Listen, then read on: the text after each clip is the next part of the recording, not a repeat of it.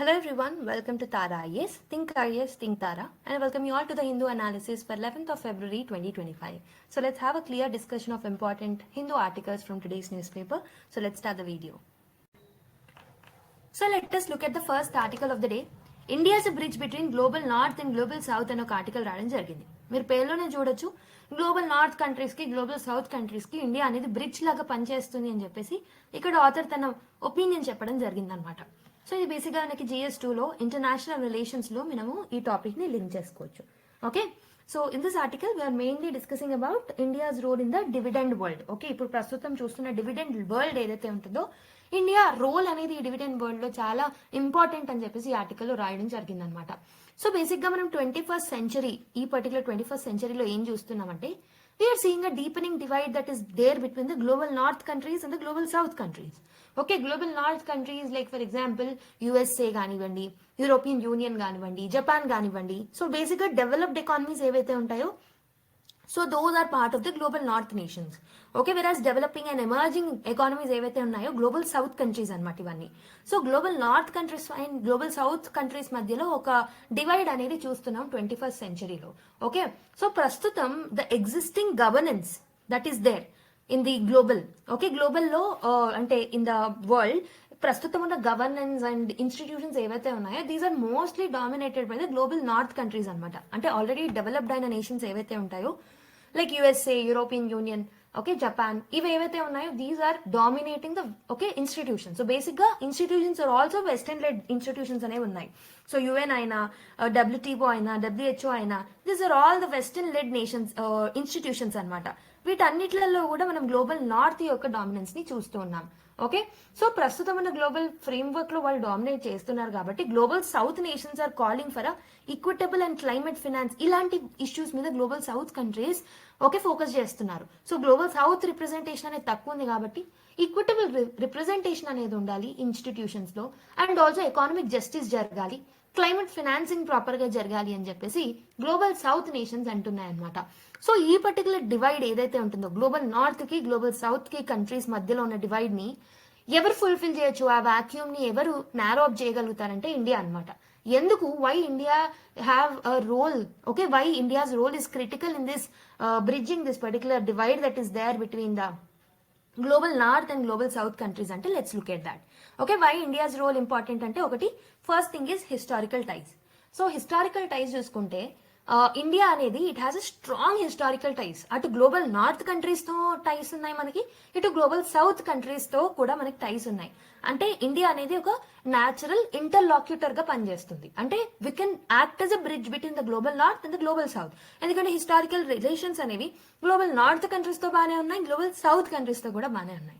For example global north countries like Japan తో కానివ్వండి, USA తో కానివ్వండి, బ్రిటన్ తో కానివ్వండి, we had a close historical ties. And global south countries like ASEAN countries, Brazil ఇలాంటి వాటితో కూడా, ఆఫ్రికన్ కంట్రీస్ తో కూడా, ఎమర్జింగ్ ఎకానమీస్ తో కూడా మనకి మంచి రిలేషన్స్ అనేవి ఉన్నాయి. కాబట్టి we can act as a bridge between these both countries in order to narrow up the divide that was created. Okay, so because of the ideological differences మనకి డివైడ్ అనేది global north and global south మధ్యలో కలిగిన ఈ divide ని India అనేది it can bridge the gap అనమాట. Okay, and second why it is important, India's role అనేది ఎందుకు క్రిటికల్ అంటే because of the economic and technological capabilities. Okay, so India అనేది టెక్నాలజికల్ గా గ్లోబల్ సౌత్ కంట్రీస్ కి and economic గా global south countries కి help చేయొచ్చు అనమాట. Okay, and also developed nations తో కూడా మనము స్ట్రాటజికల్ గా ఎంగేజ్ చేయొచ్చు. సో బేసిక్ గా ఎకనామిక్ అండ్ టెక్నాలజికల్ క్యాపబిలిటీస్ ని మనము global south countries for example African nations కానివ్వండి అండ్ ఆసియన్ నేషన్స్ కానివ్వండి, వీటికి ఏంటంటే మనం ఎకనామిక్ సపోర్ట్ ఇవ్వచ్చు, టెక్నాలజికల్ సపోర్ట్ ఇవ్వచ్చు. నేపాల్ లాంటి దేశాలకి, మన బార్డర్ ఏరియాలో ఉన్న శ్రీలంక లాంటి దేశాలకి, బంగ్లాదేశ్ లాంటి దేశాలకు కూడా మనం లైన్ ఆఫ్ క్రెడిట్స్ ని ఇవన్నీ అందజేయచ్చు అనమాట. ఎకానమిక్ క్యాపబిలిటీస్ ని వాళ్ళతో షేర్ చేయొచ్చు అండ్ టెక్నాలజీ ట్రాన్స్ఫర్స్ కూడా చేయొచ్చు. ఫర్ ఎగ్జాంపుల్ సో UPI అనేది we can even use in the Singapore. Okay, అది మనకి యూజ్ అవుతుంది, వాళ్ళకి కూడా యూజ్ అవుతుంది. ఇలా మన technological capabilities, for example vaccine diplomacy. Okay, so మనం వ్యాక్సిన్స్ ని సప్లై చేసాం మన నైబరింగ్ కంట్రీస్ కి. సో ఇలా మన టెక్నాలజికల్ క్యాపబిలిటీస్ తో గ్లోబల్ సౌత్ కంట్రీస్ తో మనం మంచి టైస్ ని మెయింటైన్ చేస్తున్నాం. On the same way developed nations అంటే ఈ గ్లోబల్ సౌత్ కంట్రీస్ తో కాకుండా, సో వీళ్ళతోనే కాకుండా గ్లోబల్ నార్త్ తో కూడా మనం ఒక స్ట్రాటజిక్ ఎంగేజ్మెంట్, స్ట్రాటజిక్ డెవలప్మెంట్ తో ముందుకెళ్తున్నాం. ఫర్ ఎగ్జాంపుల్ జపాన్ తో ఎన్నో అగ్రిమెంట్స్ ని, ఎంఓయూస్ ని సైన్ చేసుకున్నాం. యుఎస్ఏ తో మనము న్యూక్లియర్ ఎనర్జీలో కానివ్వండి, semi conductors development, artificial development, so artificial intelligence development, ఇలా ఎమర్జింగ్ టెక్నాలజీస్ కోసం గ్లోబల్ నార్త్ కంట్రీస్ తో కూడా మనము టైఅప్ అవుతున్నాం. So we can act as a bridge. Okay, అందుకే ఇండియన్ రోల్ అనేది క్రిటికల్ అనమాట. అండ్ ఆల్సో దాంతో పాటు India is hosting third voice of global south summit 2024. So ఇలాంటి సమ్మిట్స్ ని, గ్లోబల్ సౌత్ సమ్మిట్స్ లో ఇండియా యొక్క లీడర్షిప్ రోల్ అనేది చాలా బాగుంది. అండ్ ఆల్సో దాంతో పాటు మనం రీసెంట్ గా లాస్ట్ ఇయర్ అలా G20 సమ్మిట్ ని హోస్ట్ చేశాం. ఇవే కాకుండా బ్రిక్స్ లో, క్వాడ్ లో, ఇలాంటి, ఇప్పుడు ఫర్ ఎగ్జాంపుల్ బ్రిక్స్ లో ఆల్మోస్ట్ మనకి గ్లోబల్ సౌత్ కంట్రీస్ ఎక్కువగా ఉంటాయి. వేరే స్క్వాడ్ లాంటి నేషన్స్ లో మనకి జపాన్, ఆస్ట్రేలియా, యుఎస్ఏ లాంటి కంట్రీస్, అంటే గ్లోబల్ నార్త్ కంట్రీస్ ఎక్కువగా ఉన్నాయి. అంటే మనము regional groupings which are there in the global north and global south, అంటే ఆ రీజనల్ గ్రూపింగ్స్ లో కూడా ఉన్నాం, ఈ రీజనల్ గ్రూపింగ్స్ లో కూడా ఉన్నాం. సో అంటే ఏంటి, వీఆర్ బ్రిడ్జింగ్ దట్ గ్యాప్ అనమాట. సో మనం వాళ్ళతో రిలేషన్స్ మెయింటైన్ చేస్తున్నాం, వీళ్ళతో కూడా రిలేషన్స్ బాగా మెయింటైన్ చేస్తున్నాం. So that is where India is having the capability of playing a critical role in bridging the gap. Okay, so now let's look at the another point of view, that is the historical context ఎలా ఉండేది. So historical గా మనం non alignment తో ముందుకు వచ్చాం, but now we are actually proposing and promoting multi alignment. Non alignment అంటే ఏంటి, cold war సమయంలో మనం నాన్ అలైన్మెంట్ అనే ఐడియాలజీతో ముందుకు వచ్చాం. So we are not involving in any one's internal matter. ఇప్పుడు ఒక 2 కంట్రీస్ మధ్యలో ఏదైనా గొడవ జరిగితే వాళ్ళ ఇంటర్నల్ మ్యాటర్స్ లో మనం ఇన్వాల్వ్ అవ్వద్దు. But now we are speaking about multi alignment అనమాట. So if you look at the legacy of the non alignment movement, so India అనేది మంచి ఫౌండేషనల్ రోల్ ప్లే చేసింది అనమాట నాన్ అలైన్మెంట్ మూవ్మెంట్ లో. For example non alignment movement అనేది Bandung conference ఏదైతే ఉందో అక్కడ పుట్టిన ఒక కాన్సెప్ట్ అనమాట 1955 లో. So cold war power struggles ఏవైతే ఉన్నాయో వాటిని బ్యాలెన్స్ చేయడానికి నాన్ అలైన్మెంట్ మూవ్మెంట్ ని తీసుకురావడం జరిగింది. అందులో India played a foundational role. However దాని యొక్క ఇన్ఫ్లుయెన్స్ అనేది తగ్గిపోయింది. నాన్ అలైన్మెంట్ అనే ఐడియాలజీ యొక్క ఎఫెక్టివ్నెస్ అనేది డిక్లైన్ అవ్వడం జరిగింది. ఎందుకంటే సో మనకి డెవలప్డ్ నేషన్స్ ఏవైతే ఉన్నాయో వాటి మీద ఎక్కువగా డెవలపింగ్ నేషన్స్ డిపెండ్ అవ్వడం మొదలు పెట్టాయి, కాబట్టి దీని యొక్క ఇన్ఫ్లుయెన్స్ అనేది తగ్గిపోయింది అనమాట. దాని తర్వాత పోస్ట్ కోల్డ్ వార్ టైంలో, అంటే పోస్ట్ కోల్డ్ వార్ టైంలో మెయిన్ గా మనకి సోవియట్ యూనియన్ కొలాప్స్ అయిన తర్వాత, సోవియట్ యూనియన్ యొక్క ఐడియాలజీస్ లైక్ కమ్యూనిజం, సోషలిజం అవన్నీ కొలాప్స్ అయిన తర్వాత, so world is going towards the capitalism, మనకు తెలిసిందే. సో ఈ క్యాపిటలిజం అంటే 1991 ఆ టైంలో ఎకనామిక్ లిబరలైజేషన్, ఎల్పిజి రిఫార్మ్స్ అనేవి వచ్చిన తర్వాత we have shifted our focus అనమాట. ఓకే, సో మనం ఏం చేసాం, కోల్డ్ వార్ టైం నుంచి so even we started actually depending on the western economies మీద డిపెండ్ అవ్వడం మొదలు పెట్టామన్నమాట. ఫర్ ట్రేడ్, టెక్నాలజీ, డిఫెన్స్, ఈ సెక్టార్స్ లో.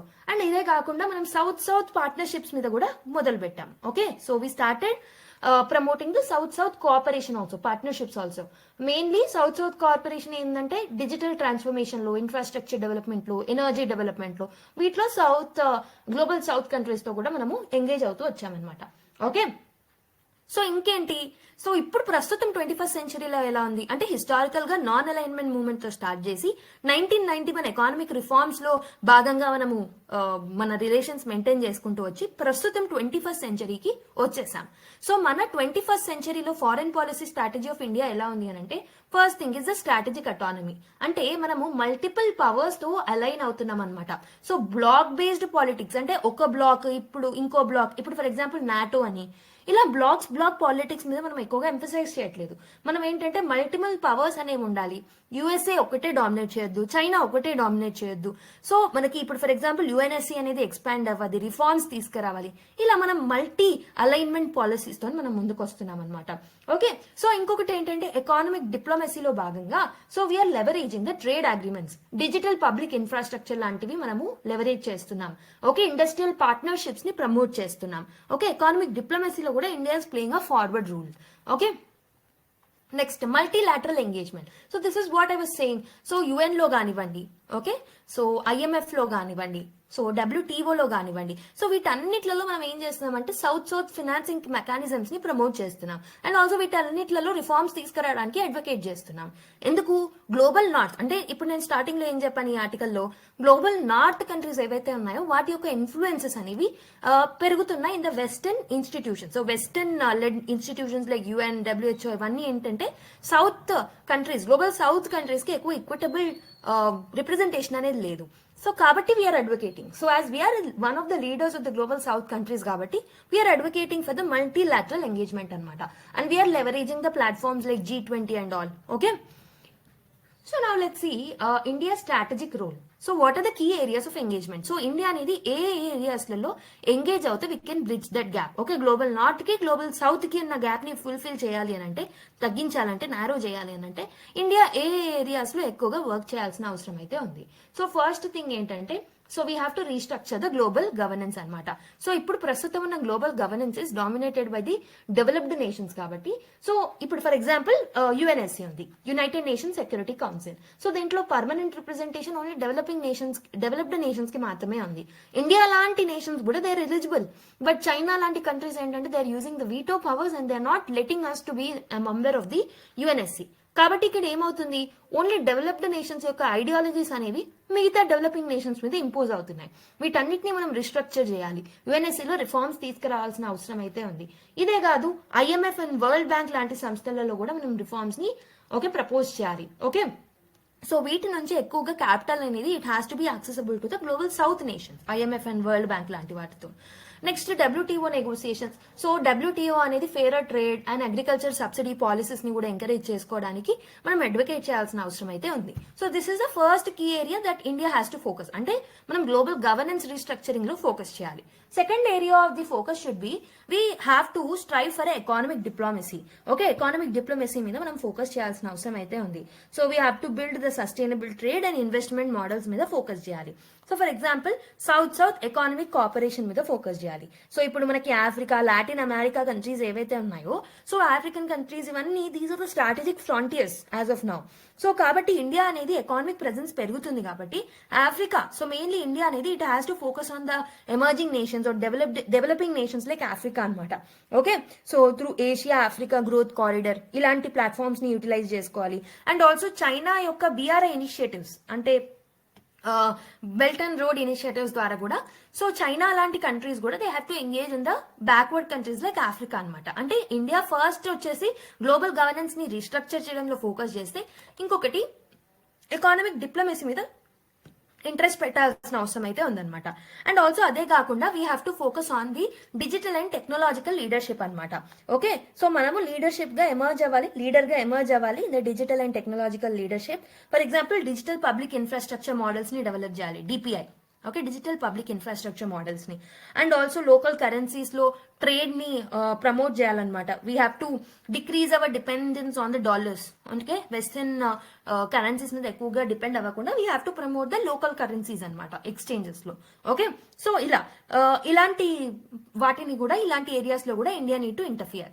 నెక్స్ట్ ఇంకొకటి ఏంటంటే, so digital and okay one second next ఇంకొకటి ఏంటంటే, so we have to work towards the competing with the China's economic expansion. So China యొక్క ఎకానమిక్ ఎక్స్పాన్షన్ ని తగ్గించాలి.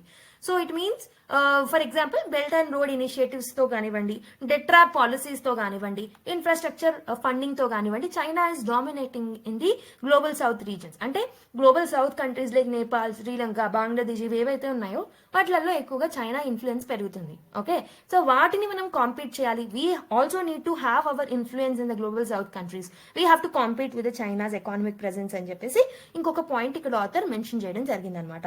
ఓకే, ఇదే కాకుండా we have to focus on India's engagement with the global north also. Global south మీద మాత్రమే concentrate చేయడం కాదు, global north మీద కూడా మనం కాన్సన్ట్రేట్ చేయాల్సిన అవసరం ఉంది. సో వెస్టర్న్ కంట్రీస్ తో టెక్నాలజికల్ అగ్రిమెంట్స్ ని మనం సైన్ చేసుకోవాలి. ఓకే, సో ట్రేడ్ లో మనం సైన్ చేసుకోవాలి, ఫ్రీ ట్రేడ్ అగ్రిమెంట్స్ ని మనం తీసుకురావాలి. Okay, Indo Pacific economic framework positions మీద మనం ముందుకు రావాలి. ఓకే, క్వాడ్ లాంటి నేషన్స్ తో ఇండియా ఫ్రాన్స్ డిఫెన్స్ టైస్ ని ఇంప్రూవ్ చేయడం, క్వాడ్ లాంటి నేషన్స్ ని ఫోకస్ చేయడం.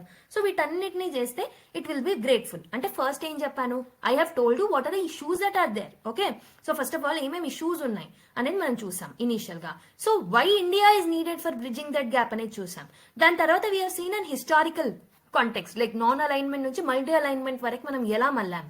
ఇనిషియల్ గా నామ్ లో భాగంగా ఉండేవాళ్ళము, తర్వాత మనము 1991 ఎకానమిక్ రిఫార్మ్స్ తర్వాత we have opened our economy and we started linking our trade and economy with the western economies also.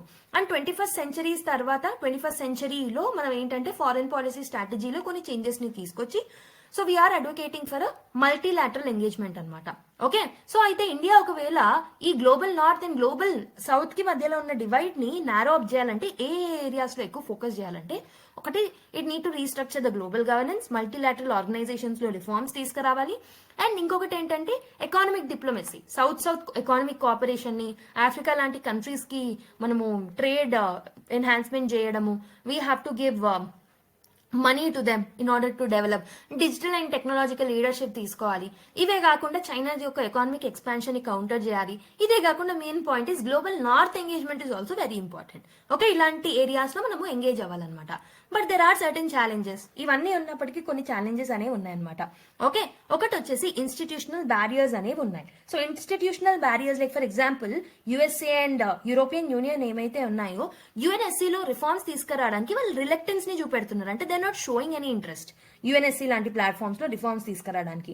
Okay, కాబట్టి ఇండియాకి పర్మనెంట్ మెంబర్షిప్ రావట్లేదు in the UNSC. So that is one barrier. Institutional barriers అనేవి ఉన్నాయి ప్రస్తుతం. And for example WTO agricultural subsidy negotiations ఏవైతే ఉన్నాయో developing countries and developed nations కి favourable గా ఉన్నాయన్నమాట. ఇండియా సబ్సిడీస్ ఇస్తుంటే డబ్ల్యూటీఓ వచ్చి కన్సర్న్ చూపెట్టడం. సో ఇవన్నీ బ్యారియర్స్ ని మనం ఫేస్ చేయాల్సి వస్తుంది. ఇదే కాకుండా scepticism from the developing nations is some another problem for India. So for example some African countries, Latin American nations ఏవైతే ఉన్నాయో సో వాళ్ళు ఏంటంటే western alliances like USA, UK, European union so వాటన్నిటిని సస్పిషన్ గా ట్రీట్ చేస్తూ ఉంటారు. So questioning whether India truly prioritises south south cooperation అనే ఒక డౌట్ తో ఉంటారనమాట. అంటే developing nations are not actually trusting India. నిజంగానే ఇండియా సౌత్ సౌత్ కోఆపరేషన్ కోసం ముందుకు వస్తుందని ఒక ఐడియాలజీతోని వాళ్ళు ఉంటున్నారు అనమాట. So that is another problem. ఇంకొకటి infrastructure gaps and economic constraints. So మన ఇండియాలోనే ఇన్ఫ్రాస్ట్రక్చర్ డెవలప్ కావడానికి మనకి ప్రాపర్ క్యాపిటల్ లేదు. Private sector investment, private sector support అనేది ప్రాపర్ గా ఉండట్లేదు. So if you want to give a economic support to the developing nations so మనకి ఎక్కడి నుంచి ఖర్చులు అనేవి వస్తాయి. సో మనం ఇంకా అప్పులు చేయాల్సి వస్తుంది, మన ఫిజికల్ డెఫిసిట్ అనేది వైడన్ అవుతుంది. So this is another problem అనమాట. ఓకే, అండ్ ఇంకొకటి ఏంటంటే క్లైమేట్ డిప్లొమసీ ట్రేడ్ ఆఫ్స్ అనేవి చూస్తున్నాం. రీసెంట్ పాస్ట్ లో India champions the climate justice, but it is facing certain issues from the western nations. For example, recent గా Paris agreement నుంచి Trump withdraw అవ్వడం జరిగింది. ఇలాంటి lot of issues India is facing అన్నమాట. So these are the different issues that India is facing in order to bridge the gap between global north and global south. మరి ఏం చేస్తే బాగుంటుంది? What should be the way forward? ఒకటి వచ్చేసి global south సాలిడారిటీని మనం improve చేయాలి. అంటే కొన్ని nations like African nations, Latin American nations ఇండియాని నమ్మట్లేవు కాబట్టి we have to make sure that they trust us. Okay, global south యొక్క కంట్రీస్ యొక్క సాలిడారిటీ, యూనిటీ అనేది పెరగాలన్నమాట. Okay, so for example local currencies లో మనం ట్రేడ్ చేయడం మొదలు పెట్టాలి. So we have to promote the local currencies, western financial dominance ని తగ్గించాలి. సో బ్రిక్స్ ని ఎక్స్పాండ్ చేయాలి. బ్రిక్స్ ప్లస్ ఫ్రేమ్వర్క్ ఏదైతే ఉంటుందో సో దాన్ని తీసుకొచ్చి we have to enhance the infrastructure, financing. Okay, so అలాంటి మోడల్స్ ని మనం డెవలప్ చేయాలి. ఇంకొకటి ఏంటంటే డిజిటల్ అండ్ టెక్నాలజికల్ సావరిటీ మీద మనం ప్రమోట్ చేయాల్సిన అవసరం అయితే ఉందన్నమాట. Okay, south south trade settlements లో బ్లాక్ చైన్ టెక్నాలజీ లాంటి వాటిని యూజ్ చేయొచ్చు. గవర్నెన్స్ మోడల్స్ లో AI that is artificial intelligence ని యూజ్ చేసుకోవచ్చు. అంటే ఎమర్జింగ్ టెక్నాలజీస్ ని ప్రమోట్ చేయడం మొదలు పెట్టాలి in the governance also. Okay, e governance ని ప్రమోట్ చేయాలి సింపుల్ గా చెప్పాలంటే. Okay, and we have to balance the strategic autonomy on one side and technological sovereignty on the other side. Strategic autonomy ని maintain చేస్తూనే economic engagement, technological sovereignty అనేది మనం maintain చేయడం very very important అనమాట. Okay, so ఇలా మనం various suggestions ని మనం ఫాలో అవుతూ కొన్ని చేంజెస్ ని మనం తీసుకొస్తే definitely India can become a critical tool and a very important tool in order to bridge between the global north and the global south. I hope you have understand the article. Next ఏంటంటే let's look at a question.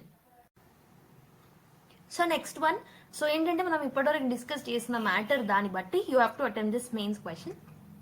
Evaluate India's evolving role as a bridge between global north and global south. Okay, so what strategies should India adopt to strengthen its position while ensuring long-term economic and diplomatic sustainability? So A measures తీసుకుంటే we can maintain long-term economic and the diplomatic sustainability, how to balance these both. Okay, so దీంతో పాటు ఏంటంటే global north countries కి global south countries కి India అనేది bridge లాగా ఎలా పనిచేస్తుంది, what are those challenges. So వీటన్నిటిని మీరు రాయాల్సిన అవసరం అయితే ఉందన్నమాట. Okay, so this is the demand of the question. Now let's go to another news article. So next article, Gaza and Trump's expanding the canvas strategy అనే ఒక article రావడం జరిగింది. ఇది బేసికలీ మనకి GS2లో ఇంటర్నేషనల్ రిలేషన్స్ తో లింక్ చేసుకోవచ్చు. The first article was on also on international relations and second one is also international relations article. So మనకు తెలిసిందే రీసెంట్ గా ట్రంప్ అనౌన్స్ చేశారు సో గాజా రీసెటిల్మెంట్ ప్రపోజల్ గురించి. సో దీంట్లో మెయిన్లీ February 4th, 2025 రోజు announce చేయడం జరిగింది. అప్పటి నుంచి మనం చాలా opinions through out the world చూస్తూ వస్తున్నాం. సో ఈ సెటిల్మెంట్ ప్రపోజల్లో మెయిన్లీ 3 ఇష్యూస్ అనేవి ఉన్నాయన్నమాట. ఒకటి, డీపాపులేటింగ్ 2.3 మిలియన్ రెసిడెంట్స్. అంటే సో ఏంటంటే అక్కడ ఉన్న పలెస్తీనియన్స్ మిగతా వాళ్ళు ఎవరైతే ఉంటారో 2.3 మిలియన్ రెసిడెంట్స్ ఎవరైతే ఉన్నారో దే విల్ బి రీపాపులేటెడ్. సో ఎక్కడెక్కడికి రీపాపులేట్ అవుతారు, ఈజిప్ట్, జార్డన్ లాంటి ఏరియాస్ కి రీపాపులేట్ చేయడాన్ని చేస్తామని చెప్పేసి ఆయన ప్రపోజల్ పెట్టడం జరిగింది. And also rebuilding Gaza as a tourist and commercial hub. So గాజాని ఒక టూరిస్ట్ హబ్ లాగా, ఒక కమర్షియల్ హబ్ లాగా చేస్తామని చెప్పేసి కూడా ప్రపోజ్ చేయడం జరిగింది. అండ్ ఆల్సో సౌదీ అరేబియాని ఎంకరేజ్ చేస్తారంట to join the Abraham records. Abraham records లో జాయిన్ అవ్వమని సౌదీ అరేబియాని ఎంకరేజ్ చేస్తూ by recognizing a Palestinian state. So he'll do this proposal అని చెప్పేసి ఈ 3 మెయిన్ ఏరియాస్ ని గాజా రీసెటిల్మెంట్ ప్రపోజల్ లో పెట్టడం జరిగింది అనమాట. ఓకే, సో ఇది ఒక కాంట్రవర్షియల్ ఏమంటారు ప్రపోజల్ అనొచ్చు. ఎందుకంటే this actually signals a larger geo political reconfiguration within whole West Asia. So అక్కడ ఉన్న లోకల్స్, వేరే కంట్రీస్ ఎవరైతే ఉంటారో వాళ్ళు ఎవరికి నచ్చట్లేదు ఇది. Okay, so let's see what is the geo political reconfiguration that is happening in the west Asia because of this particular proposal. Okay, so basically ఏమవుతుంది, so before this proposal also we're seeing various issues in the west Asia. ఒకటి వచ్చేసి first thing ఏంటంటే war తర్వాత Gaza scenario అనేది బాగాలేదనమాట. So since October 7, 2023 West Asia అనేది చాలా turmoil లో ఉండి మనకు తెలిసిందే.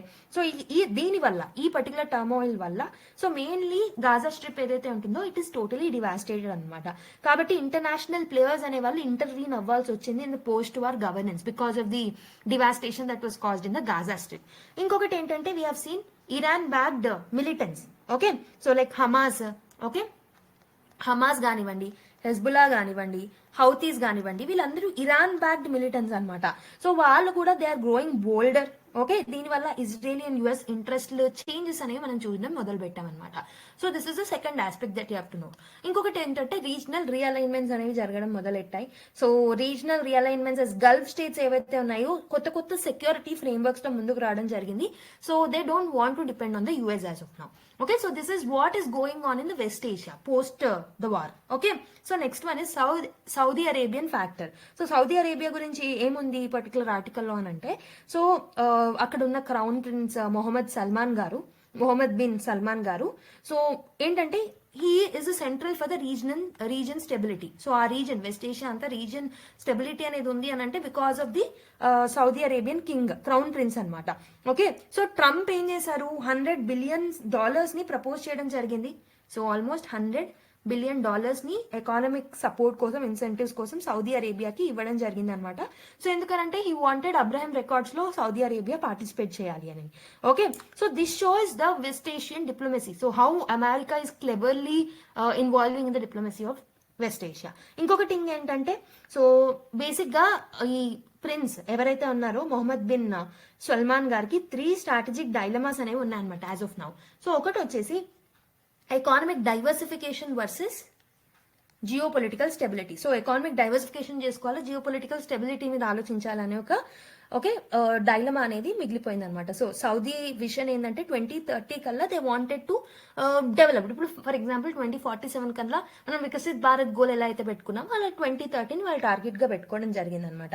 ఓకే, సో బేసిక్ గా ఈ టార్గెట్స్ ని ప్రయారిటైజ్ చేసుకోవాలా లేకపోతే రీజన్ యొక్క స్టెబిలిటీ మెయింటైన్ చేయడంలో మనం టార్గెట్ చేయాలనే ఒక డైలమా అనేది ఈ పర్టికులర్ ప్రిన్స్ కి ఉందన్నమాట. Second issue is with respect to aligning with US తో అలైన్ అవ్వాలా లేకపోతే చైనా అండ్ రష్యా లాంటి కంట్రీస్ తో అలైన్ అవ్వాలా.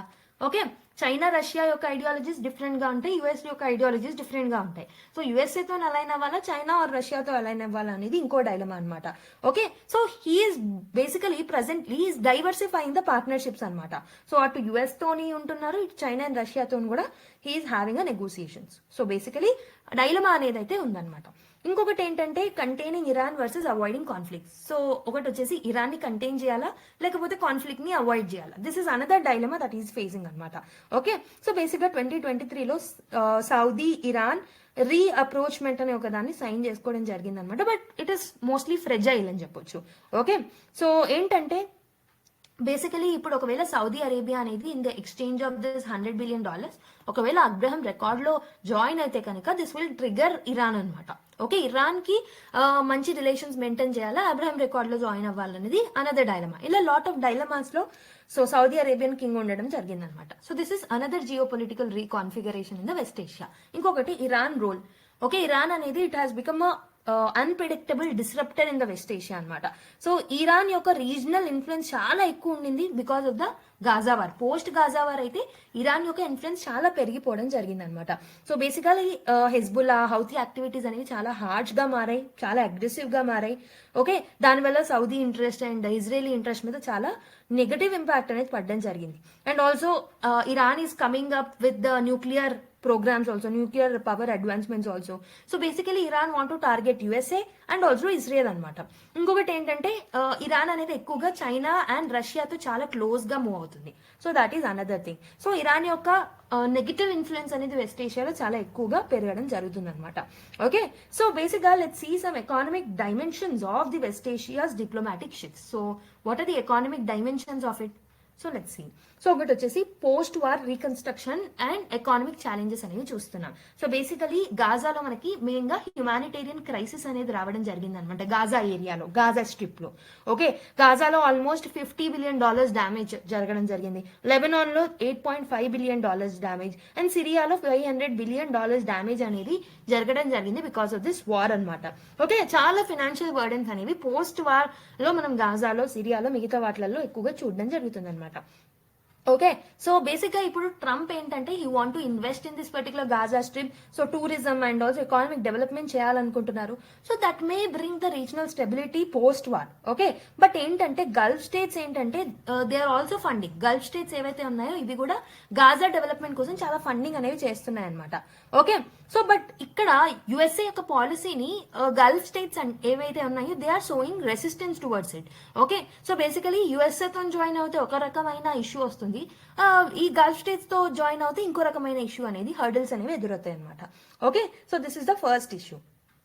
నెక్స్ట్ ఎనర్జీ ఫ్యాక్టర్స్ అనేవి ఉన్నాయి. For example we're seeing oil issues అనేవి ఉన్నాయి, డీడాలరైజేషన్ ఇష్యూస్ ఉన్నాయి and also we're seeing geo political leverage also. So basically US pressure అనేది ఎక్కువగా ఉందన్నమాట to reduce oil prices, inflation ని కంట్రోల్ చేయాలని యుఎస్ సైడ్ నుంచి చాలా ప్రెషర్ అనేది చూస్తున్నాం అనమాట. సో దానివల్ల they have conflicts with Saudi Arabia's interest. So Saudi Arabia ఏంటంటే హై రెవెన్యూ అనేది ఆయిల్ నుంచి వస్తుందన్నమాట సౌదీ అరేబియాకి. సో ఇప్పుడు ఆ ప్రైజెస్ ని తగ్గించాలి, ఇన్ఫ్లేషన్ ని కంట్రోల్ చేయాలంటే వెస్ట్ ఏషియా మీద ఎనర్జీ ఫ్యాక్టర్ అంటే ఎకానమిక్ డైమెన్షన్స్ లో ఎనర్జీ ఫ్యాక్టర్ వల్ల కూడా ఎకానమిక్ డిస్రప్షన్స్ అనేవి వెస్ట్ ఏషియాలో జరిగే ఛాన్సెస్ ఉంటాయి అనమాట because of the pressure from the USA. ఇంకొకటి అబ్రహం అకార్డ్స్ 2.2. సో ట్రంప్ ఏంటంటే అబ్రహం అకార్డ్స్ లో సౌదీ అరేబియాని జాయిన్ చేయాలనుకుంటున్నాడు. Okay, so Saudi Israeli economic and టెక్నాలజీని కోఆపరేషన్ ఏదైతే ఉంటుందో వాటిని ఎన్హాన్స్ చేయాలన్న థాట్ ట్రంప్ కు ఉందన్నమాట. ఓకే, సో ఏంటంటే ఈ పర్టికులర్ ఫినాన్షియల్ ఇంటిగ్రేషన్ స్ట్రాటజీ ఏదైతే ఉంటుందో this is always backed by the US incentives. So ఇలా లాట్ ఆఫ్ ఎకానమిక్ డైమెన్షన్స్ అనేవి కూడా మనం వెస్ట్ ఏషియన్ పాలిటిక్స్ లో చూస్తున్నాం అనమాట. So there are some challenges in the west Asia. ఒకటి వచ్చేసి మనము ప్రస్తుతం political feasibility and regional resistance ని చూస్తున్నాం అనమాట. సో ట్రంప్ యొక్క గాజా రీసెటిల్మెంట్ ప్లాన్ ఏదైతే ఉంటుందో సో ఇది బేసిక్ గా పొలిటికల్లీ ఎవరికి నచ్చట్లేదు. And also they don't want Egypt and Jordan లాంటి కంట్రీస్ కి ఇమిగ్రేట్ చేయాలనుకుంటున్నారు కానీ they don't want. Okay, they are showing that reluctance towards the plan that was proposed by the Trump. Okay, Donald Trump. Israeli far right far rightist ఎవరైతే ఉన్నారో so Israel లో కూడా far rightist groups ఎవరైతే ఉన్నారో they are also showing the resistance అనమాట. Okay, so this is the first issue that is there, first challenge that is there. ఇంకొకటి వచ్చేసి conflict. Okay, there is a risk of renewed conflicts. ఒకవేళ Trump ఈ particular action ని escalate చేసినట్టయితే with Iran and all, Iran లాంటి countries తో tensions అనేవి ఇంకా ఇంక్రీజ్ అవుతాయి. సో ఇజ్రాయెల్, గాజా, లెబనన్ ఇవన్నీ ఏరియాస్ మళ్ళీ కాన్ఫ్లిక్ట్ లోకి వెళ్లే ఛాన్సెస్ అనేవి ఉంటాయి అనమాట. Okay, US foreign policy aggressive గా అంటే దాని రిజల్ట్ కూడా అగ్రెసివ్ గా ఉండే ఛాన్సెస్ ఉన్నాయి. ఇంకొకటి చైనా రష్యా ఫ్యాక్టర్ అనేది ఇంకో ఛాలెంజ్ అనమాట. సో చైనా అండ్ రష్యా ఏంటంటే సో వెస్ట్ ఏషియాలో యుఎస్ యొక్క గ్యాప్, యుఎస్ఏ లీడర్షిప్ లేకపోవడం వల్ల, వాలటైల్ గా ఉండడం వల్ల ఆ గ్యాప్ ని ఫుల్ఫిల్ చేయాలనుకుంటున్నారు అనమాట. So that they can engage in the energy trade. Okay, military cooperation అనేది ఎన్హాన్స్ అవుతుంది. మెయిన్లీ ఇరాన్ లాంటి కంట్రీస్ కి మిలిటరీ కోఆపరేషన్ అనేది చేస్తున్నారు Russia and China. So which will trigger again this militants like Houthis, Hezbollahs వీళ్ళని trigger చేస్తే అప్పుడు మళ్ళీ ఛాలెంజింగ్ యాక్టివిటీస్ పోజ్ అయ్యే ఛాన్సెస్ అనేవి ఉంటాయన్నమాట. So these are the different challenges with respect to the west Asia. మరి ఇండియా మీద ఎలాంటి ఇంప్లికేషన్స్ ఉంటాయి వీటన్నిటి వల్ల? So what are the implications on India? So ఒకటి వచ్చేసి ఎనర్జీ అండ్ ట్రేడ్ ఇంట్రెస్ట్లకు దెబ్బ పడే ఛాన్సెస్ అనేవి ఉంటాయి. Security challenges, energy challenges, trade ఇంట్రెస్ట్లకి ఛాలెంజెస్ అనేవి ఉంటాయి అనమాట. ఎందుకు? ఇండియా అనేది ఆల్మోస్ట్ 80% ఏదైతే ఉంటుందో 80% క్రూడ్ ఆయిల్ ఏదైతే ఉంటుందో వెస్ట్ ఏషియన్ నేషన్స్ నుంచి ఇంపోర్ట్ చేసుకుంటుంది. అండ్ 60% వెస్ట్ ఏషియన్ నుంచి మెయిన్లీ మనకి ఎనర్జీ సెక్యూరిటీ ఉంది అని అంటే 60% is contributing by the west Asia ఉంది. సో అక్కడ ఒకవేళ ఏదైనా ప్రాబ్లం జరిగితే డెఫినెట్లీ ఇండియన్ యొక్క energy security, normal security, trade interest మీద ప్రభావం అనేది కలుగుతుంది అనమాట. Next, diplomatic engagement expanse. So India అనేది it must balance its ties on with the Israel తోని దాని టైస్ ని మెయింటైన్ చేయాలి. On the other hand Gulf nations తో, ఇరాన్ తో కూడా దాని టైస్ ని మెయింటైన్ చేయాలి. Okay, so basically regional conflicts వల్ల we are in a dilemma whether to prioritise Iran or whether to prioritise Gulf nations. ఇలాంటి డైలమాస్ లో మనం మిగిలిపోయామన్నమాట. Okay, so but we have to focus on the post war development. So we need to contribute for the Gaza strip development అనమాట. So next one, leveraging economic corridors. So India middle east economic corridor ఏదైతే ఉంటుందో so this will offer a geo political counter to definitely BRI. So మనం already చూసాం ఐమెక్ corridor. Okay, ఐమెక్ corridor లాంటివి definitely ఏంటంటే BRI, China తీసుకొచ్చిన BRI initiatives లాంటి వాటికి counter అనేది చేస్తుంది అనమాట. So developing rupee based trade settlements with Gulf economies will also, దీని వల్ల కూడా డీడాలరైజేషన్ యాక్టివిటీస్ అనేవి జరుగుతాయి. So dependency on the foreign currencies and western currencies will decrease.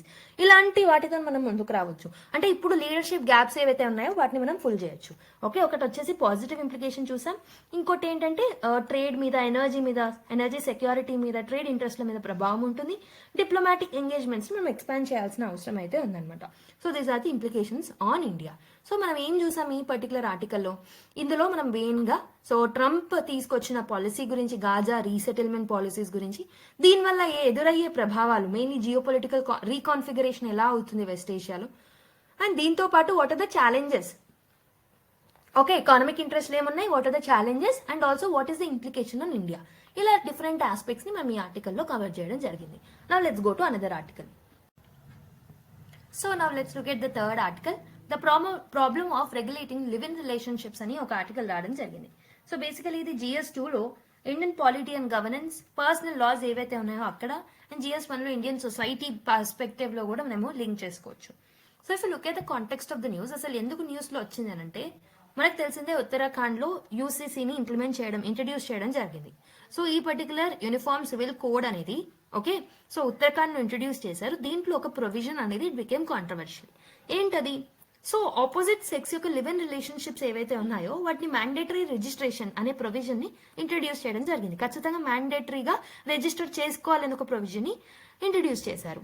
Okay, so ఒకవేళ వాళ్ళు రిజిస్టర్ చేసుకోకపోతే లివ్ ఇన్ రిలేషన్స్ ని, so it will lead to the criminalising అనమాట. ఒకవేళ కోహాబిటేషన్ అనేది ఉంటే అన్రిజిస్టర్ అయ్యి, so this will be criminalised అనమాట. This will be treated as a criminal act.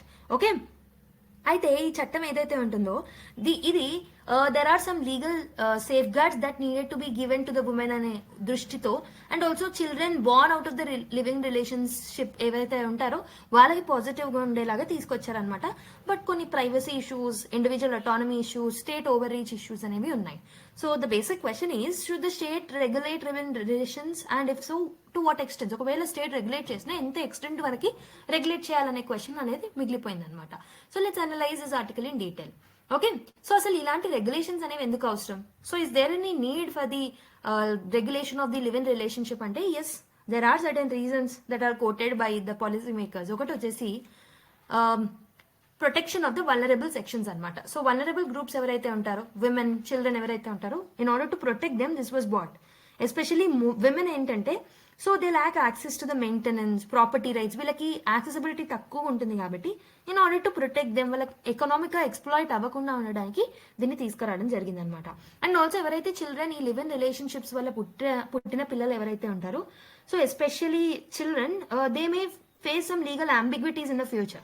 So దాన్ని తగ్గించడానికి కూడా ఈ పర్టికులర్ రెగ్యులేషన్స్ అనేవి అవసరం అనమాట. ఓకే, సో బేసికలీ ఇక్కడ చిల్డ్రన్ ఎవరైతే పుడతారో వాళ్ళకి లెజిటిమసీ అనేది వస్తుంది, అండ్ ఆల్సో వాళ్ళకి కూడా మెయింటెనెన్స్ రైట్స్ అనేవి ఉంటాయి, మెయిన్లీ విమెన్ కి, ఒకవేళ వాళ్ళు విడిపోతే. Okay, so this is the first reason. And also second reason is we can prevent exploitations and legal ambiguities అనమాట. సో ఒకవేళ ఫ్రాడ్ రిలేషన్స్ ఉంటే పార్ట్నర్స్ ఎవరైతే ఉంటారో, one of the partners might be sincere and one of the partners might be a fraud. So దీనివల్ల ఎవరు అయితే నష్టపోతారో వాళ్ళు they can claim property. Okay, marriage obligations ని ముందుకు తీసుకురావచ్చు. ఓకే, కాబట్టి ఇలాంటి ఇష్యూస్ ని ట్యాకిల్ చేయడానికి, ఎక్స్ప్లాయిటేషన్స్ ని ట్యాకిల్ చేయడానికి ఇలాంటి రిజిస్ట్రేషన్స్ అనేవి ఇంపార్టెంట్ అనమాట. అండ్ ఆల్సో ఫ్యూచర్ లో వచ్చే లీగల్ అంబిగ్విటీస్ ఏవైతే ఉన్నాయో వాటిని కూడా సాల్వ్ చేయొచ్చు. ఫర్ ఎగ్జాంపుల్ సుప్రీం కోర్ట్ ఏదైతే ఉంటుందో ఒక కేసులో, ఆ కేసు పేరు ఏంటంటే Veluswamy versus Patachammai. Okay, let me write. Veluswamy case ఏదైతే ఉంటుందో, ఈ వేలుస్వామి కేసులో సుప్రీంకోర్టు ఏం చెప్పింది అని అంటే, relationships, okay, relationships which are in the nature of the marriage qualified for the legal protection అని చెప్పేసి చెప్పడం జరిగింది. అంటే ఎవరైతే పెళ్లి చేసుకోకుండా సర్టన్ టైప్ ఆఫ్ రిలేషన్స్ ఉంటాయి కదా, సో ఆల్మోస్ట్ లైక్ మ్యారేజ్ ఎలా అయితే ఉంటుందో అలా ఉంటాయి కదా, అలాంటి రిలేషన్స్ అన్నిటికీ లీగల్ ప్రొటెక్షన్ అనేది అవసరం అని చెప్పేసి ఈ వేలుస్వామి కేసులో సుప్రీంకోర్టు చెప్పడం జరిగింది అనమాట. అండ్ ఆల్సో ఈ పర్టికులర్ మూవ్ అనేది it will align with the judicial precedents also. For example lot of cases లో, for example the protection of women from domestic violence act, ఇది కూడా మనకి డొమెస్టిక్ వైలెన్స్ యాక్ట్ లో కూడా లివ్ ఇన్ రిలేషన్షిప్స్ ని recognise చేశారు. Supreme court కూడా Indira Sharma case అనేది ఉంటుంది. సో ఇందిరా శర్మ కేసులో సుప్రీంకోర్టు ఏం చెప్పారు అని అంటే, so we have to provide a maintenance relief to the women who are there in the live in relations. Normal relations లో డివోర్స్ ఎట్లయితే తీసుకుంటారో అప్పుడు మెయింటెనెన్స్ ఎలా అయితే ఇస్తారో, లివ్ ఇన్ రిలేషన్స్ లో కూడా మెయింటెనెన్స్ ఇవ్వాలి అనేసి ఇందిరా శర్మ కేసులో సుప్రీంకోర్టు చెప్పడం జరిగింది అనమాట. ఓకే, సో కాబట్టి లీగల్ రికగ్నిషన్ అనేది నెసెసరీ అని చెప్పొచ్చు. So these are the different reasons that are quoted by author why live in relations కి రెగ్యులేషన్స్ అనేవి ఉండాలి. So but there are certain concerns too.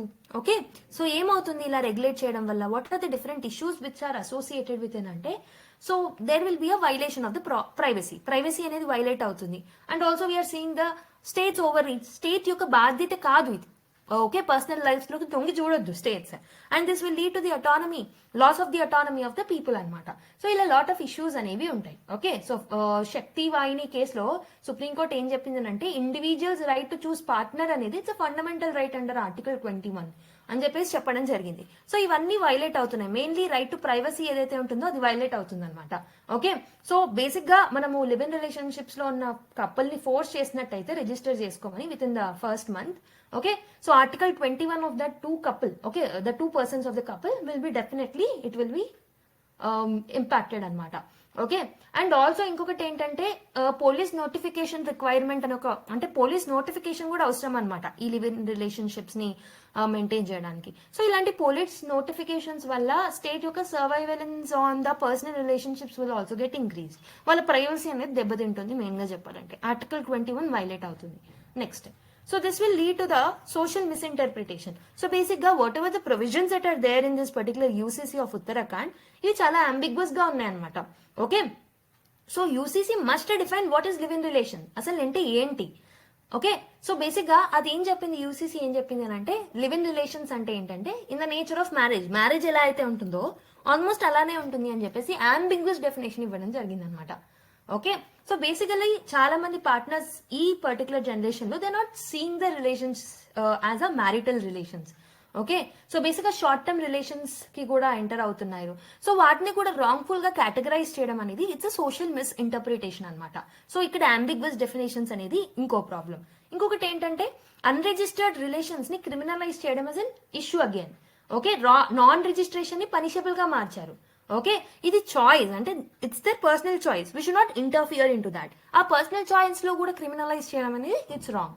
Okay, so this will impact the decision making of women also mainly. Next, ఇది ఈ particular చట్టాలలో LGBTQ rights ని కూడా exclude చేయడం జరిగింది. That is another issue. So UCC అనేది only opposite sex live in relations ని మాత్రమే రికగ్నైజ్ చేయడం జరిగింది ఉత్తరాఖండ్ లో. అంటే ఈ LGBTQ రైట్స్ ని అసలు కన్సిడరే చేయలేదన్నమాట. So this is leading to the exclusion of that one particular community. Okay, next, social and familial violence పెరుగుతుంది because of the registration. So sometimes they may maintain secrecy of the relationship, so they will not tell to the families also. But once registration చేసుకుంటే family will know. Okay, parents will know, guardians will know. Okay, so the law requires informing parents or guardians if a partner is below 21 years. So దాని వల్ల because of the inter caste problems, inter faith problems, same sex couples ఉంటే వీటన్నిటి వల్ల violence అనేది create అయ్యే chances ఉంటాయి. And there are lot of social implications ఈ particular move వల్ల. ఒకటి వచ్చేసి ప్యాట్రియార్కియల్ నార్మ్స్ అనేవి ఇంకొంచెం స్ట్రెంథెన్ అవుతాయి అనమాట.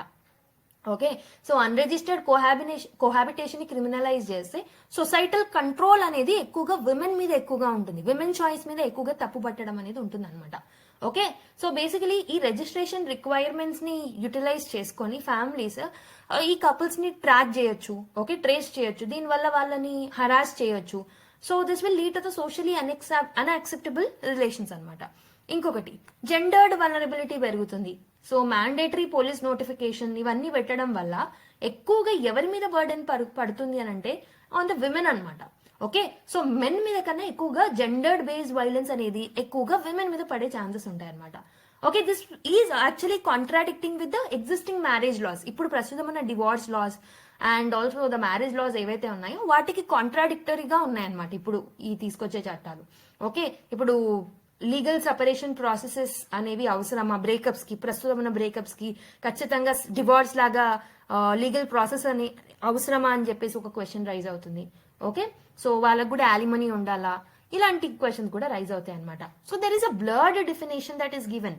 సో మ్యారేజ్ కి కోహాబిటేషన్ కి లాట్ ఆఫ్ డిఫరెన్స్ అనేది ఉంటుంది. బట్ ఇక్కడ ఇచ్చిన డెఫినేషన్ అనేది అంబిగ్వస్ గా ఉండడం వల్ల so we are not able to differentiate the two relationships. దీనివల్ల లాట్ ఆఫ్ కన్ఫ్యూజన్ అనేది రైజ్ అయ్యే ఛాన్సెస్ ఉంటాయన్నమాట. సో మరి ఏం చేస్తే బాగుంటుంది, what should be the way forward? ఈ ఛాలెంజెస్ అన్నిటిని తప్పుకోవాలంటే మనం కొన్ని యాక్షన్స్ తీసుకోవాలి కదా. ఒకటి వచ్చేసి వాలంటరీ రిజిస్ట్రేషన్ ని తీసుకురావాలి. Instead of the compulsory registration voluntary registration ని మనం తీసుకొస్తే సరిపోతుంది. సో లివ్ ఇన్ కపుల్స్ ఎవరైతే ఉంటారో they can choose an option. Future లో వాళ్ళు మ్యారేజ్ చేసుకోవాలనుకుంటే they can easily register themselves volunteer గా. ఇప్పుడు విమెన్ యొక్క రైట్స్ గురించి పోరాడుతున్నారు కదా, women will take a decision and take registration definitely కదా. So that is one solution that we can quote. And ఇంకొకటి ఏంటంటే లాస్ ని gender neutral laws and inclusive laws ని తీసుకురావాలన్నమాట. Same sex marriage and non binary relations కి equal status అనేది ఇవ్వాలి. అంటే ట్రాన్స్జెండర్ రైట్స్ ని అసలు కన్సిడరే చేయలేదు. So we have to bring a neutral laws. So that is another thing. And ఇంకొకటి ఏంటంటే we have to safeguard the privacy of the individuals. వాళ్ళ యొక్క ప్రైవసీ కన్సెంట్ కి మనము రెస్పెక్ట్ అనేది ఇవ్వాలన్నమాట. సో పోలీస్ నోటిఫికేషన్స్ లాంటి ఆ ఐడియాలజీస్ ని, ఆ ప్రొవిజన్స్ ని రిమూవ్ చేయడం very very important. Okay, so what we need is a moral policy. We should not interfere, like police should not interfere in to the privacy of the individuals. ఇంకొకటి case specific legal remedies అనేవి అవసరం. Okay, so basically live in disputes అనేవి individual గా treat చేయాలన్నమాట. So rather than applying the rigid laws by the state on the personal affairs, so ఒక్కొక్క case by cases దాన్ని solve చేసుకుంటే legal remedies ద్వారా it would be grateful.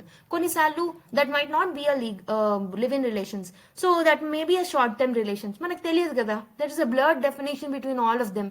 So కాబట్టి legal remedies కి తావిస్తే బాగుంటుంది rather than interfering into that particular matters. Okay, I hope you have understood this article. Now let's go to another one.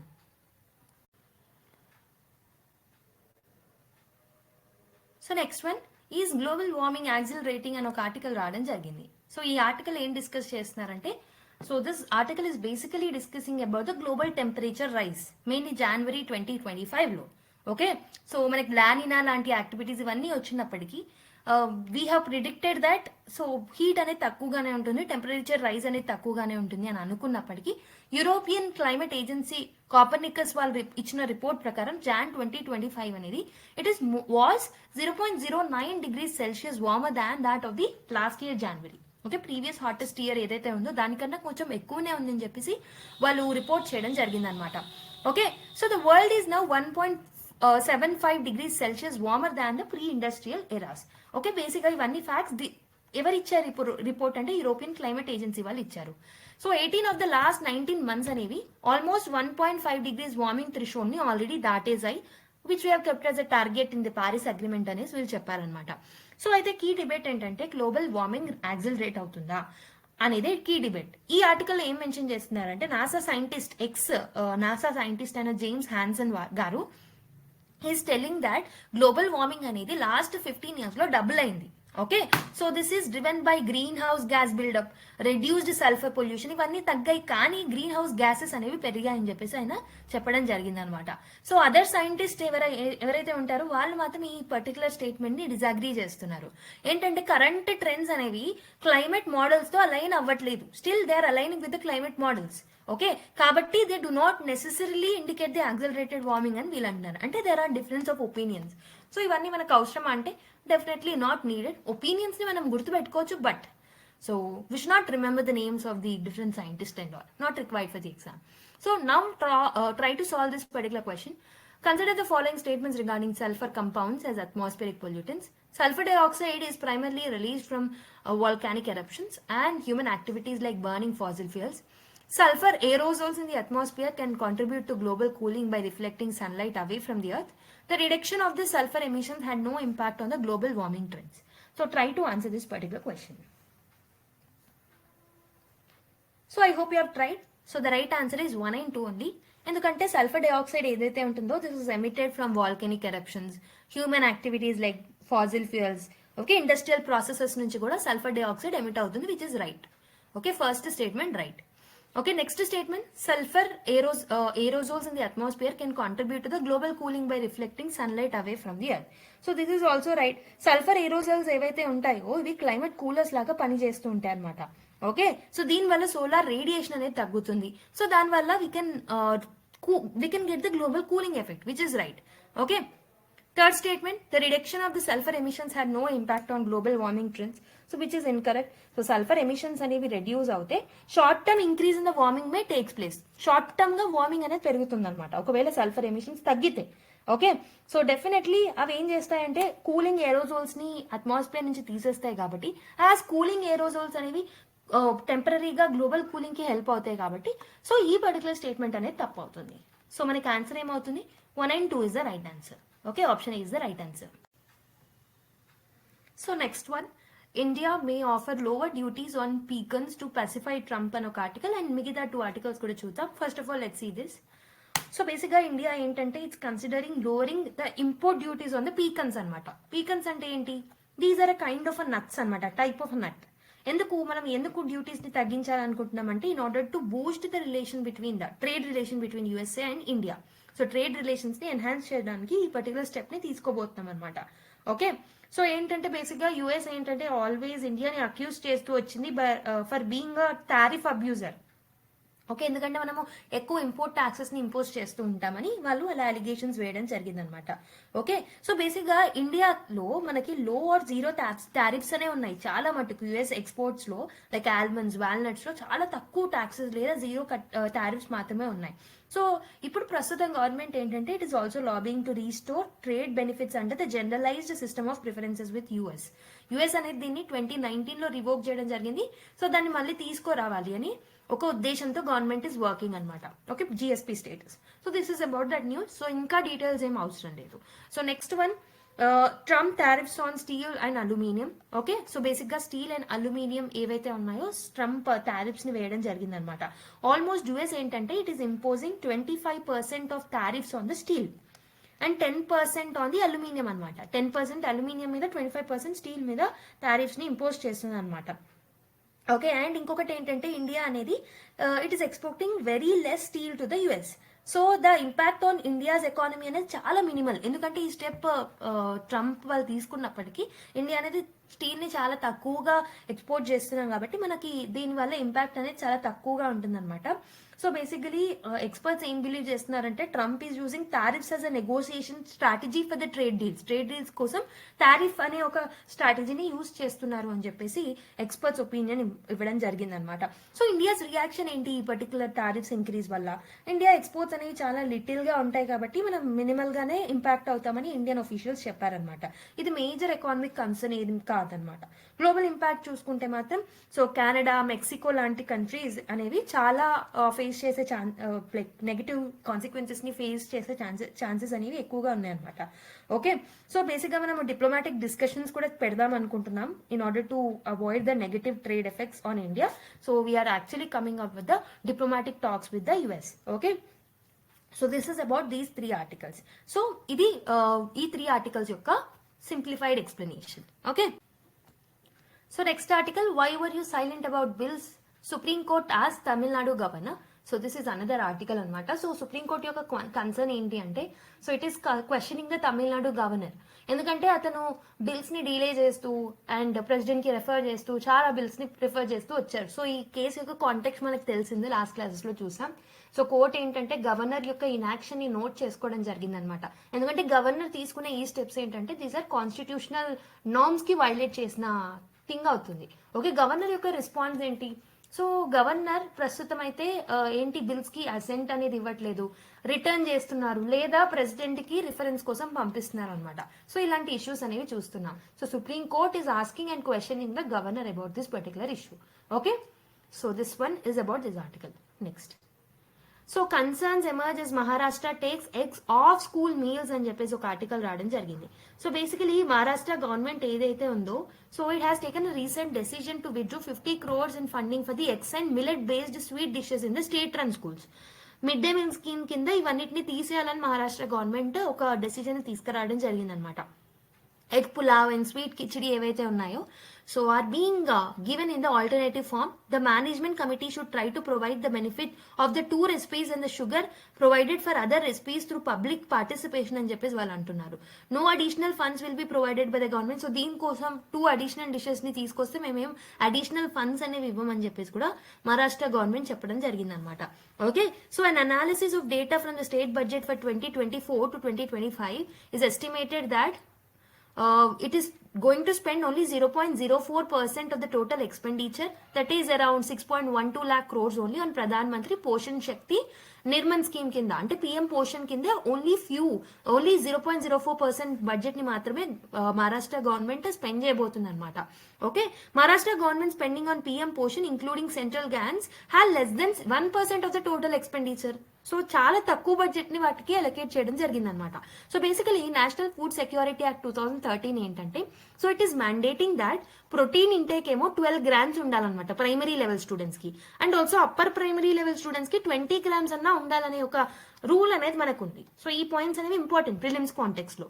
Okay, so mid day meal scheme ఏంటంటే, so ఈ particular చిల్డ్రన్ని ఈ particular objectives meet అవ్వడానికి ఈ mid day meal schemes తో మనం ముందుకు వచ్చాం. So we're encouraging enrolment also through the mid day meal scheme. Okay, basically malnourishment లాంటి ప్రాబ్లమ్స్ ని కూడా మనం సాల్వ్ చేయొచ్చు. ఓకే, పిఎం పోషన్ అనే ప్రోగ్రామ్ ఏదైతే ఉంటుందో, this is a centrally sponsored initiative. ఇందులో యూనియన్ గవర్నమెంట్ ఏంటంటే 60% ఆఫ్ ద ఫండింగ్ ఇస్తే అండ్ 40% ఆఫ్ ద ఫండింగ్ అనేది స్టేట్స్ కవర్ చేస్తాయి. Nearly 16 states have eggs on the mid day meal scheme as of now. So అయితే మహారాష్ట్ర ఏంటంటే eggs were added to the mid day meals menu in November 2023, nearly 2 decades after the programme was implemented. So basic గా 20 years తర్వాత దీన్ని implement చేసుకోవడం జరిగింది Maharashtra government. Okay, so ఒక 1 year మాత్రమే దీన్ని తీసుకురావడం జరిగింది. But now again it is discontinuing the funding of that particular boiled eggs అనమాట. ఓకే, సో మహారాష్ట్ర డెసిజన్ ఏదైతే ఉంటుందో to cut the cost comes maintaining a fiscal deficit, that is GSDP. అంటే fiscal deficit ని maintain చేయడానికి మేము ఈ step తీసుకున్నాం అనేది కూడా వాళ్ళు చెప్తున్నారు అనమాట. ఓకే, సో బేసికలీ అన్నా అధికర్ అభియాన్ ఒక ఎన్జిఓ అనమాట. So this is working on food and nutrition issues. వాళ్ళు ఏమంటున్నారంటే ఫినాన్షియల్ కన్స్ట్రెయిన్స్ అనేవి, సో దాన్ని ఒక రీజన్ గా చెప్పకూడదు. ఏంటంటే బేసికలీ ఈ మిడ్ డే మీల్ స్కీమ్ అనేది వెరీ ఇంపార్టెంట్ కాబట్టి ఫిజికల్ డెఫిసిట్ అనే ఒక ప్రాబ్లమ్ తోని మీరు ముందుకు వచ్చి you should not okay put effect on the mid day meal schemes. So మీరు వేరే దాంట్లలో ఖర్చు తగ్గించండి అని చెప్పేసి వాళ్ళ ఒపీనియన్ చెప్పడం జరుగుతుంది అనమాట. And also data from NITI Aayog fact sheet on the state nutrition situation show that as of 2019 about 35% of the children under the age of 5 are underweight and 36% are stunted. ఇన్ని ఇష్యూస్ ఉన్నప్పుడు physical deficit and financial constraints అనే ఒక reason తో మీరు eggs ని ఇవ్వకపోవడం అనేది it's wrong thing అని చెప్పేసి వీళ్ళు చెప్పడం జరుగుతుంది అనమాట. Okay, so I hope you have understood this article in detail. So next one, India UK signed several agreements to strengthen defense cooperation. So basically UK ఏంటంటే it has formally launched something called as defense. Okay, so let me quote it over here. So write it over here. So it has formally launched Defense Partnership India program అనమాట for deepening the defense ties between India and the UK. అయితే ఈ particular agreement లో ఏమేమి include అయి ఉంటాయంటే, first thing ఏంటంటే man pads. అంటే ఏంటి, man portable air defence systems ని ఇందులో ఇంక్లూడ్ చేయడం జరిగింది. దీంతో పాటు light weight multi role missiles ని కూడా దీంట్లో ఇంక్లూడ్ చేశారనమాట. And also there will be an establishment of advanced short range air to air missile. So this is another thing. ఇదే కాకుండా మనకి there will be a collaboration between the Thales UK and also Bharat dynamic limited అనమాట. దీన్ని ఎందుకు, high velocity missile production కోసం వీళ్ళిద్దరు collaborate అవుతున్నారు. So ఈ మూవ్ అనేది definitely this will strengthen the defence industry between India and UK. Okay, దీనివల్ల supply chain security అనేది కూడా ఎన్హాన్స్ అవుతుంది. Okay, so this is about this article. Next, Modi arrives in France for artificial intelligence summit talks with Macron అని ఒక article రావడం జరిగింది. సో basically last class లో కూడా దీని కాంటెక్స్ట్ చూసాం. నరేంద్ర మోదీ ఫ్రాన్స్ కి వెళ్ళడం జరిగింది. AI innovation and defence cooperation లో భాగంగా వెళ్ళడం జరిగింది. Is co hosting the France అనమాట, ప్యారిస్ లో. ఓకే, సో బేసికలీ ఈ సమిట్ అనేది ఇండియా ఫ్రాన్స్ కొలాబరేషన్ మీద ఎక్కువగా ఫోకస్ చేస్తుంది. Artificial intelligence, defence and also technology, economic ties మీద ఎక్కువగా ఫోకస్ చేస్తున్నాం అనమాట. అయితే దీంట్లో 2047 హారిజన్ ప్లాన్ గురించి కూడా మాట్లాడారు. So this particular talk is also about 2047 horizon plan. ఏంటంటే దీని ద్వారా మనము మన ఇండియా యొక్క 100th ఇండిపెండెన్స్ యానివర్సరీ వరకు we're going to deep the strategic partnership between the both the countries basically on the artificial intelligence. Okay, so that is about this article. Next, the final article, Bharat Biotech Group firms lumpy skin disease vaccine gets CDSCO license for dairy cattle అనమాట. So అంటే ఏంటి, basically బయోవెట్ ఒక Bharat Biotech group form అనమాట. So దాని పేరేంది, బయోవెట్ అనే ఒక company ఏం చేసింది అంటే, ఒక ఫర్మ్ ఏం చేసిందంటే, so it has received the approval from central drug standard control organisation అనమాట. ఎందుకనంటే వీళ్ళు లంపీ స్కిన్ డిసీజ్ ఏదైతే ఉంటాయో కౌస్ మీద, డైరీ యానిమల్స్ ఏవైతే ఉన్నాయో వాటి మీద వచ్చే లంపీ స్కిన్ డిసీజ్ కి వీళ్ళు వ్యాక్సిన్ ని తయారు చేయడం జరిగింది. దానికి వీళ్ళకి అప్రూవల్ అనేది సిడిఎస్సిఓ నుంచి వచ్చిందనమాట. So basically this is developed in collaboration with ICAR ఏదైతే ఉంటుందో అది, అండ్ ఆల్సో ఈ పర్టికులర్ LSD, దట్ ఈస్ ఈ పర్టికులర్ భారత్ బయోటెక్ ఫర్మ్ అయిన బయోవెట్, వీళ్ళిద్దరు కలిసి డెవలప్ చేశారనమాట. So this is so efficient according to the collaboration between ICAR and the Biovet. What we have got to know is it provides a high safety and efficacy profile అనేది ఉంటుంది అని చెప్పేసి వీళ్ళకి సిడిఎస్ఓ నుంచి అప్రూవల్ అనేది రావడం జరిగింది అనమాట. ఇప్పుడు ఏంటంటే వాళ్ళు 500 మిలియన్ డోసెస్ ని యాన్యువల్ గా ప్రొడ్యూస్ చేయొచ్చు because of this approval. Okay, so ఇది యానిమల్ హెల్త్ కేర్ లో one of the break through అని చెప్పొచ్చు. So this is about this article. So we have completed the important articles discussion from today's newspaper. From tomorrow, probably or day after tomorrow, we'll definitely include the keywords and anecdotes. Okay, anecdotes or case studies. ఏదన్నా include చేసుకుంటూ వస్తాం. Okay. So I hope you have understood important article. So ఈరోజు కొంచెం pattern change చేశాను. I hope మీకు editorials ఆ విధంగా explain చేస్తే ఈజీగా ఉంటుందని నాకు అనిపించింది, rather than explaining through the PDF. Okay, మీకు పీడిఎఫ్ యాక్సెస్ కావాలి అంటే you will get it through the Tarayas Telegram channel. దాని యొక్క లింక్ అనేది పిన్డ్ కామెంట్ లో మెన్షన్ చేసి ఉంటుంది. Okay, so thank you everyone, keep smiling, by.